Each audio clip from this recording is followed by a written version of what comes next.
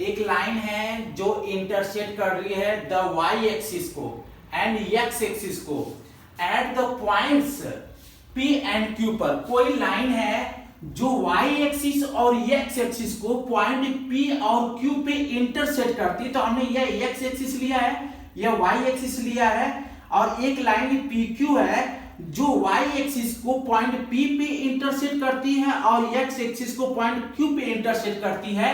If 2, 5 - 5 is the mid point of the P Q. कह रहा है कि जो कोऑर्डिनेट 2, -5 है यह पी क्यू का एक मिड पॉइंट है। तो इस मिड पॉइंट को हमने यह मान लिया, इसका कोऑर्डिनेट 2, -5 दिया हुआ है।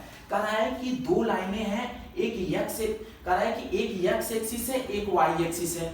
इसको कोई लाइन पी क्यू जो है वाई एक्सिस पे पॉइंट पी पे इंटरसेक्ट कर रही है और फिर यही लाइन एक्स एक्सिस को पॉइंट क्यू पे इंटरसेक्ट करती है। और इस लाइन जो पी क्यू है इसका जो मिड पॉइंट है, ये मिड पॉइंट का कोऑर्डिनेट 2, -5 दिया हुआ है।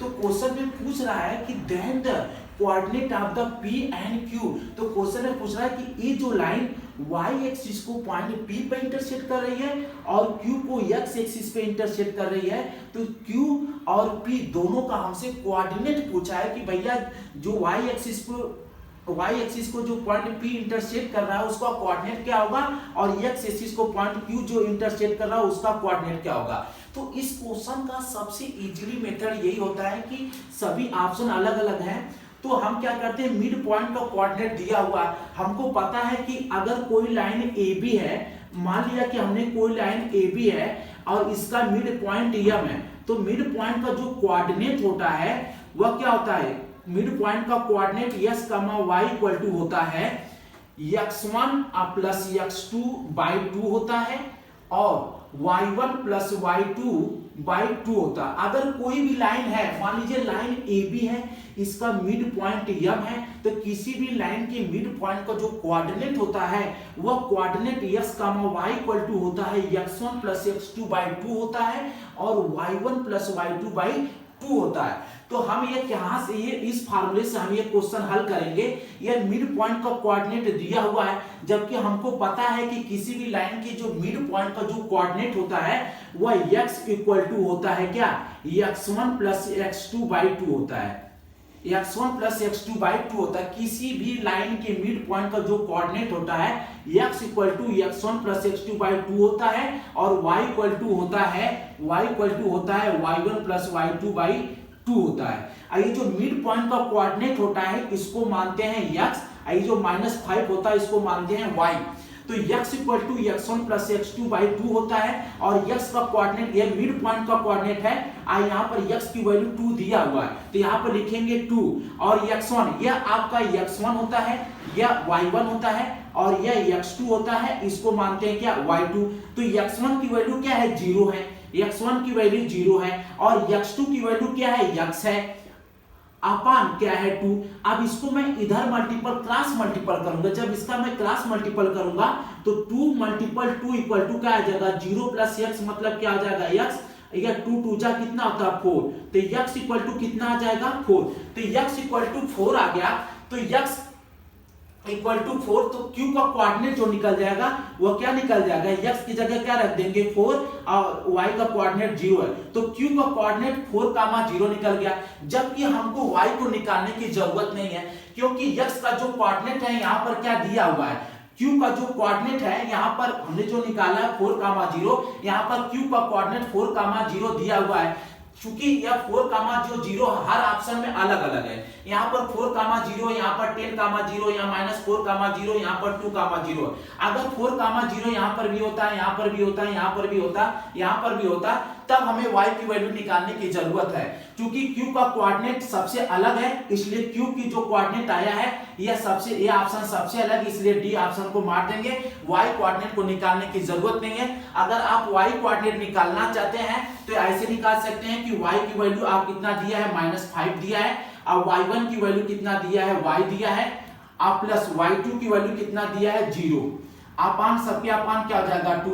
अब इसको इधर भेजेंगे तो कितना आ जाएगा, क्रॉस मल्टीपल हो जाएगा, तो -5 2 जा 10, y इक्वल टू कितना आ जाएगा -10। तो पॉइंट Q का जो कोऑर्डिनेट निकलेगा वो क्या निकलेगा 0, -10, 0, 10, 0, -10। तो Q का कोऑर्डिनेट निकला क्या 4, 0 और P का जो कोऑर्डिनेट निकला 0, -10। तो इस क्वेश्चन का जो आंसर होगा वो ऑप्शन नंबर डी होगा।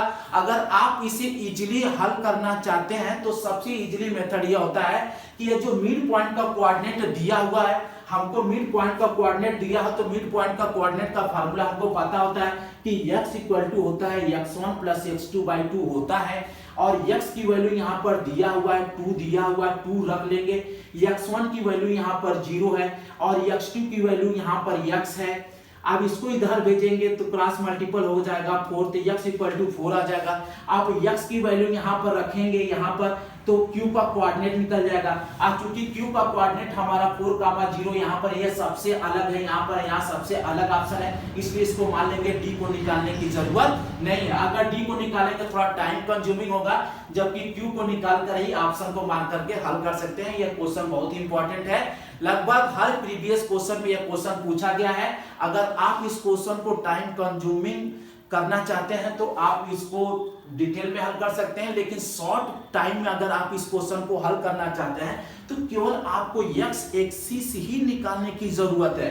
क्यों? क्योंकि यह मिड पॉइंट आपका दिया हुआ है और जब मिड पॉइंट हमारा दिया हुआ हो तो मिड पॉइंट का जो कोऑर्डिनेट होता है वह x इक्वल टू होता है x1 प्लस x2/2 होता है। और x की वैल्यू यहाँ पर बाबू 2 दिया हुआ है और x1 की वैल्यू यहाँ पर 0 है और यहाँ y1 की वैल्यू बाबू क्या है, यहाँ y1 की वैल्यू x है। यहाँ पर रखेंगे तो x की वैल्यू निकल जाएगी और x की वैल्यू यहाँ पर रखेंगे तो q का कोऑर्डिनेट निकल जाएगा। और जब q का कोऑर्डिनेट निकल गया 4, 0, क्योंकि यहाँ पर 4, 0 नहीं है, यहाँ पर भी नहीं, यहाँ पर, इसलिए यही ऑप्शन करेक्ट करके चल देंगे। y निकालने की जरूरत नहीं है, मात्र कुछ ही सेकंडों में यह क्वेश्चन आपका हल हो जाएगा, टाइम कंज्यूमिंग नहीं होगा। अगर शॉर्ट से शॉर्ट क्वेश्चन देखने के लिए हमारे YouTube channel concept of mathematics पे आइए, उसको सब्सक्राइब कीजिए। 27 तारीख तक हम हर एक MCQ की शॉर्ट वीडियो आपके अपने चैनल कॉन्सेप्ट ऑफ मैथमेटिक्स पर अपलोड कर देंगे, जो एग्जाम के पॉइंट ऑफ व्यू से बहुत ही इंपॉर्टेंट है।